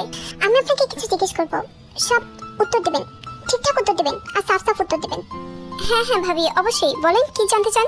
জাঙ্কুক কি আসলে পুলিশের আন্ডারে কাজ করে নাকি সবই মিথ্যা সাজানো নাটক? কোনটা? সব সত্য কথা বলে আমাকে। আসলে ভাবি, জাঙ্কুক ভাই তো অনেক আগে থেকে আমাদের সাথে কাজ করতেছে। উনি তো পুলিশের আন্ডারে কাজ করতেছে প্রায়, আমার সাথে কাজ করছে 3 বছর, আর টোটাল মনে হয় 7-8 বছর। তোমরা সবাই নাটক সাজায় বলতেছো না? জাঙ্কুক যদি সত্যি পুলিশ অফিসার হয়ে থাকে তাহলে আমার সামনে একটা মেয়ের মার্ডার কিভাবে করে? আর বুগামের মার্ডারও ও করছে, এগুলো কিভাবে সম্ভব বলো? ভাবি, মেয়ের মার্ডার কিভাবে হয়েছে সেটা বলি। প্রথমত ওনার কাজই হচ্ছে বিভিন্ন খারাপ চক্রের সাথে মেশার পর ওইখানে গিয়ে গ্যাংয়ের একটা মেম্বার হওয়া, তারপর ওই গ্যাংটাকে পুলিশের আন্ডারে ধরে দেওয়া। তো ওই ক্ষেত্রে ওনাদের বিশ্বাস অর্জন করার জন্য অনেক খারাপ কাজই করতে হয়, তিনি ওগুলো করেন। আর বুগামের কথা যেটা বলতেছেন, উনি বুগামকে মারছিলেন কারণ ওটা পার্সোনাল প্রবলেম ছিল, আপনার সাথে কোনো ঝামেলা ছিল। তাছাড়া বুগামের মুখে আপনার নামে অনেক আজে বাজে কথা শুনেছিলেন। অসম্ভব, সবই মানে বলতেছো তোমরা। ভাবি, আপনি যদি বিশ্বাস না করেন তাহলে তো আমাদের কিছু করার নেই। কিন্তু বুগামকে মারার আগে একটা ক্যাসেট ছিল, ওটা পুলিশ স্টেশনে জমা আছে। আমি ওই ক্যাসেট আপনাকে দেখাই, তাহলে তো বিশ্বাস করবেন। Video player. কায়ের কথা শুনে রীতিমতো তের মাথা ঘুরাচ্ছে। কোনো কথাই মাথা দিয়ে ঢুকছে না। কেন জানি মনে হচ্ছে সবই নাটক, কিংবা কেন জানি মনে হচ্ছে সবই সত্য। তে একেবারে কনফিউশনে পড়ে গেল। তাইয়ের কাছে সব কথা স্পষ্ট হয়ে গেল যখন কাই তার সামনে এসে ভিডিও প্লেয়ারটা অন করে। ভাই আমারে মাফ করেন, বিশ্বাস করেন আমি আর কোনোদিন ওর সাথে পালানোর কথা চিন্তাও করবো না, আমি ওর সাথে কোনো কন্ট্যাক্ট রাখবো না। বালে বিশ্বাস করি না রে আমি, বালে বিশ্বাস করতে যাই তো আমার শালি তোর লগে পালাইতে গেছে, কি দেখা পালাইলো তোর লগে, তো আবার আমারে ছেড়া, রেপুটেশনে একটা 12টা বাজায় দিল শালি, তোরে তো আমি ছাড়বো না। ভাই এবারে লেগে আমারে মাফ করে দেন, আসলে ভুল আমারই হয়েছিল, ওই ডানির কথায় আমার নিজেকে আওয়াজ ঠিক হয়নি, ডানির ছলনামের কথাবার্তা ওর লগে সারাটা জীবন ফেক করছি, শালিকে বিয়ে করলে তো আমি যতকে টাকা পেতাম না, ওর তো ছিল না কোনো কিছু, বিনা কারণে ওর কথাবার্তা পা দিয়ে দিছি, পাতে পা দিছি আমি, আমারে মাফ করে দেন, আমি আর কোনোদিন ওর দিকে তাকাম না। সারা তো সাহস তো কম না, তুই আমার সামনে আমার তেরে বকস, আমার হবু বলে, আমার মাইন্ডে লাগতেছে ব্যাপারটা, ভাই আমারে মাফ করে দেন, আপনি কোন আমি কি করবো বলেন তো, আমারে ছাইড়া দেন। আচ্ছা ছাড়বো, একটা কথা কত সত্যি করে কবি, তোর আর কি ফিজিক্যাল কিছু হয়েছিল, সত্যি করে কবা। হ্যাঁ ফিজিক্যাল কিছু তো আমার টেন হবে, শাড়ি জিনিসপত্র কত ছোট ছোট দেখছেন, ওরা দেখে তো আমার ফিলই আইতো না। এটা কথা বলার সাথে সাথে জাঙ্কুক একটা রিভলভার নিয়ে একেবারে বুগামের মাথায় শুট করলো, সাথে সাথেই বুগামের নিথর দেহটা একেবারে মাটিতে লুটিয়ে পড়লো। জাঙ্কুকের চোখে এখনো রক্তের নেশা স্পষ্ট, যেন এখনো বুগামকে মারার পর শান্তি পাচ্ছে না। ভাই ওরা মারলেন কেন? দেওয়াস না হালায় বেশি কথা কইতেছিল তোর ভাবিরে নিয়ে, আমি আবার টেনে নিয়ে কিছু সহ্য করতে পারি না, বেশি পক পক করতেছিল তো ওর মুখটাই বন্ধ করে দিছি। ভিডিও প্লেয়ারটা বন্ধ হওয়ার সাথে সাথে তার মুখটাও বন্ধ হয়ে গেল। জাঙ্কুক আসলে তার অপমান সহ্য করতে না পেরে বুগামকে মার্ডার করেছে। যদিও বুগামের অপরাধ আহামরি মৃত্যুর সমান ছিল না, তবুও জাঙ্কুক নিজের রাগকে কন্ট্রোল না করায় তাকে মেরে ফেলেছে। এভাবেই কেটে গেল আরো 5টা দিন। জাঙ্কুকের খবর এখন পর্যন্ত আসলো না, তাই জাঙ্কুকে নিয়ে প্রায় দুশ্চিন্তা করে, কিন্তু করার মতো কোনো কিছু নেই। 5 দিন পর জাঙ্কুক বাসে ফিরে আসলো, তের সাথে চোখাচোখি হতেই জাঙ্কুক নিজের চোখটা নামিয়ে ফেলে। তে দীর্ঘক্ষণ জাঙ্কুকের দিকে তাকিয়ে থাকে, অনেকদিন পর নিজের স্বামীকে দেখছে। জাঙ্কুকে নিয়ে অনেক দুশ্চিন্তা কাজ করেছে এতদিন তের মাঝে। এতদিন পর জাঙ্কুককে দেখার পর তের মন চাইছে জড়িয়ে গিয়ে জাঙ্কুকে একটা হাগ করতে, কিন্তু কোনোভাবেই সেটা করতে পারছে না। চোখ দিয়ে টলমল করে 2 ফোঁটা পানি পেরিয়ে গেল। এই বালের প্যান্দানি আমার সামনে প্যান্দাবি না, কাঁদতেছিস কেন শুনি? এতদিন পর বাসায় এসে সহ্যই আছে না তোর? হ্যাঁ কি চাস আবার বাসা থেকে বেরিয়ে যাই, যাতে সারা বাসায় একা একা চিল করতে পারোস? আমি যত জানি বাসায় মদ গাঁজা কোনো কিছু রাখি নাই, তাতে চিল করস কি দিয়া শুনি? আমার সাথে এরকম ব্যবহার করতে লজ্জা লাগতেছে না আপনার? আমি না আপনার বিবাহিত স্ত্রী, একবার কি আমাকে জানানোর প্রয়োজন বোধ করেন নাই কোথায় যাচ্ছেন, কি করছেন না করছেন? বাবা রে, আমার বাসার সামনে তো বট গাছ নাই, তো কোন গাছের পেতনি তোর উপর ভর করলো রে? বুঝতেছি না, এত ভালো লাগে না কেমনে? একদম ফাইসামি করবেন না, আপনার সাথে আমি ফাইসামির আলাপ করতেছি। আপনি জানেন আপনার টেনশন আমি কত রাত ঘুমাইতে পাইনি, আমি নিশ্চিত ঘুমিয়ে আসে না এতদিন। ও মা গো, এতদিনে বুঝলাম আমার লিটল বানি মর্ম, ওরে ছাড়া ঘুম আসে না রাইতে। আবার কেন মজা করতেছেন? আপনি কি বুঝতেছেন না আমি সিরিয়াস মরে আছি, আপনার সাথে সিরিয়াস কথা বলতেছি। তোরে বালে প্যান্ট প্যান্ট কাঁদিয়ে ঢুকতেছে না রাইতে, সিরিয়াস কথা যেহেতু বলবি চল গোসল কর আমার সাথে, একে গোসল করতে করতে তোর প্যান্ট প্যান্ট শুনি চল। এটা বলে জাঙ্কুক থেকে কোলে করে নিল। ঝর্ণাটা অন করার পর তের বুকের দিকে কিছুক্ষণ তাকিয়ে থাকে জাঙ্কুক। তে সেই দৃষ্টি বুঝতে পারে তে আজকে আর জাঙ্কুককে মানা করে না, নিজের হাতেই কাপড়টা খুলতে থাকে তেও আর বাদ দিল না, প্রথমবারের মতো শক্ত করে জাঙ্কুককে ধরে রেখেছে, নিজের কাছে নিয়ে আসলো তে। কোন সাহসে এতদিন আমার থেকে দূরে ছিলেন শুনি? তোমার থেকে এতদিন দূরে না থাকতে চান, তোমাকে এবার কাছে পেতাম বলো? নিজ ইচ্ছা তো কখনো আমাকে ছুঁয়েও দেখ নাই। আপনি যদি আপনার আসল পরিচয়টা আমাকে আগে দিতেন, তাহলে আমাদের মাঝে এত বছর দূরত্ব থাকতোই না। এটা তো সমস্যা বুঝো নাই, নিজের ভালো মানুষ করতে মন চায় না, এলাকা কই নেই। তবে তোমার একটা কথা কয়ে রাখি, আজকের পর থেকে পুলিশ স্টেশনের আশেপাশে যাবে না। আমি চাই না তুমি এত বেশি ঘোরাঘুরি করো আমায় নিয়ে, এখন তো আমার আসল পরিচয় জানছো, তো আমাকে নিয়ে তো মাথা ব্যথা নেই, রাইট? তে আর কিছুই বলো না। জাঙ্কুক আস্তে আস্তে তের কাছে গিয়ে তের ঠোঁটে একটা নরম স্পর্শ দিল, তেও সেটা আদরেই গ্রহণ করলো। রাত প্রায় 4টা বাজে, তে এখন ঘুমন্ত অবস্থায় শুয়ে আছে। জাঙ্কুক কিছুক্ষণ তের দিকে তাকিয়ে বেরিয়ে যায় রুম থেকে। যত টাকা লাগে সব টেবিলের উপর রাখা আছে, যত মাল লাগে নিয়ে যা তোরা, সমস্যা নাই। আরে জাঙ্কুক ভাই, আপনার সুখ শান্তি দেখা আমগো দায়িত্ব, এগুলোকে টাকা দেওয়ার প্রয়োজন নেই, কিন্তু আপনি যেহেতু দিতেছেন মানে কেমনি করি কোন তো বড় ভাই অন্য না। চুপ থাক সুখের বাচ্চা ভাই, আসল কাম কিন্তু আমি করছি। জানেনই তো ভাবি কত ধরনের প্রশ্ন করে, সব প্রশ্ন মিলাই টিলায় ওনার এমন ভাবে অ্যান্সার দিছি যে উনি পুরো ইমোশনালি ব্ল্যাকমেল হয়ে গেছে, একেবারে আপনার উপর ফিদা হয়ে গেছে আমি শিওর। এমন ভাবে কনভিন্স করছি আরে। ওরে বাবা, ভাইরে পড়াইতেছো তোমরা? ভাই মেইন কাম কিন্তু আমি করছি, যদি ভিডিওটা এডিট না করতাম এই আইডিয়া, তাহলে তো পসিবলই হতো না কোনো কিছু। সারা ভুল বলাছে কথা দেই, আসল অডিও প্লেয়ারটা দিত আমার কাছে। জাঙ্কুক অডিও প্লেয়ারটা নিয়ে প্লে করলো। দেখেন ভাই, যার সাথে তাই বলতেছি, আমি তেরে অনেক বেশি ভালোবাসি, ওর সাথে বাঁচতে পারবো না। আপনি প্লিজ আমাদের মাঝখানে আইসেন না, ওর আমার হাতে দিয়ে দেন। বিশ্বাস করি না রে আমি, ভালোবাসলে কি তোর তো যোগ্যতা নেই, তুই তোরা ভালো রাখতে পারবি না। আমার তো যোগ্যতাও আছে আর ভালোবাসি, আমি ভালো রাখতে পারবো ওরে। আপনার কি ধারণা এরকম করে আমাদের ভালোবাসা ভাঙতে পারবেন আপনি? যদি ওকে জোর করে বিয়ে করে তাও আমারই থাকতে, আর আমি তো ওকে ভালোবেসে যাবো। ওরে বাবা, এত ভালোবাসা আইলো কেন শালির প্রতি তোর? কি দেখছস? ফিজিক্যাল হোস্টাইটাও পারো বলে? এরকম নোংরা চিন্তা ভাবনা আপনারাই করতে পারবেন। আমি তেরে ভালোবাসি, তের মনে ভালোবাসি, ওর বডির না। আমি বিয়ের আগে এসব কথা চিন্তাও করতে পারিনি। আপনাদের মতো নোংরা না, আমি আরে পবিত্র ভালোবাসি। আমার ভালোবাসা একেবারে বাতাসের চাইতেও বেশি পবিত্র। আমি ওরে এরকম ভাবে ভালোবাসি যে ওই যে পথ দিয়ে যায় ওই প্রত্যেকটা বাতাসকে আমি ভালোবাসি, প্রত্যেকটা স্থান, প্রত্যেকটা বালুকে আমি ভালোবাসি। আরে ভালোবাসার খাতিরে যদি আপনি আমাকে মাইরা ফেলেন না, তাও আমার কোনো দুঃখ নেই। আরে শালা রে, ডায়লগ মানে আমার সামনে। এটাই তোর আর আমার মধ্যে সবচেয়ে বড় পার্থক্য রে। তুই যে পথ দিয়ে যায় ওই পথের বালিগুলোরও তুই ভালোবাসিস, আর আমি তুই যে পথ দিয়ে যায় ওই পথের প্রত্যেকটা বাতাস, যে বাতাসগুলো ওর স্পর্শ করে, ওই প্রত্যেকটা বাতাসই আমি ঘৃণা করি। তুই শুধুই আমার, আর আমারই থাকবে। তুই যেমন ওর জন্য ভালোবাসে মরে যাবি, আমি মরবো না, আমি ওর ভালোবাসি তাই বাইচা থাকবো। আর যেই আমাদের সামনে আসবে, যেই ওরে ভালোবাসতে আসবে, তারও রাস্তা থেকে সরাই দেবো। এটা বলার পর জাংকুক একটা রিভলভার হাতে নিয়ে সাথে সাথে বোকামকে শুট করে দেয়। ভাই সাথে মারলেন কেন? আয় তো খেলতে মরে নিয়া। দেখলি না তোর ভাবি নিয়ে উল্টাপাল্টা কথা বলতেছে সবাই, সহ্য হয়নি আমার, তাই মারা দিয়েছে। এই পুরো ভিডিও প্লেয়ারটা জাংকুক সবার সামনে শুনছিল। এরপরে জাংকুক সিগারেটের একটা লাইটার নিয়ে সেই ভিডিও প্লেয়ারটাকে আগুনে ফালিয়ে দিল। ওগো ভাই কই যান? আরেকটা সিগারেট টানিয়ে যান নামগুলোকে, এত তাড়াতাড়ি যাবেন না বাড়ির কাছে? সিগারেট খাইছি শালা, গলা শুকায় গেছে, বাসা যায় দুধ খাইতে দেবো। তাই ভাবি যে নাকি এত সহজে খাইতে দিব না আপনারে। ওর সামনে ভিলেন হওয়ার পরও হিরোর যে নাটক সাজাইছি, এরপরে আমারই এমনিতেই আমন্ত্রণ জানাবো। এখন থেকে ওর কাছে কোনো কিছু চাওয়া লাগবো না, বুঝছিস নাই? চাইতেছে আমি, এমনিও বেবি প্ল্যানের অনেক ইচ্ছা, অনেকদিন হার্ডওয়ার্ক করা লাগবে রে। এটা বলার পর জাংকুক সেখান থেকে চলে গেল।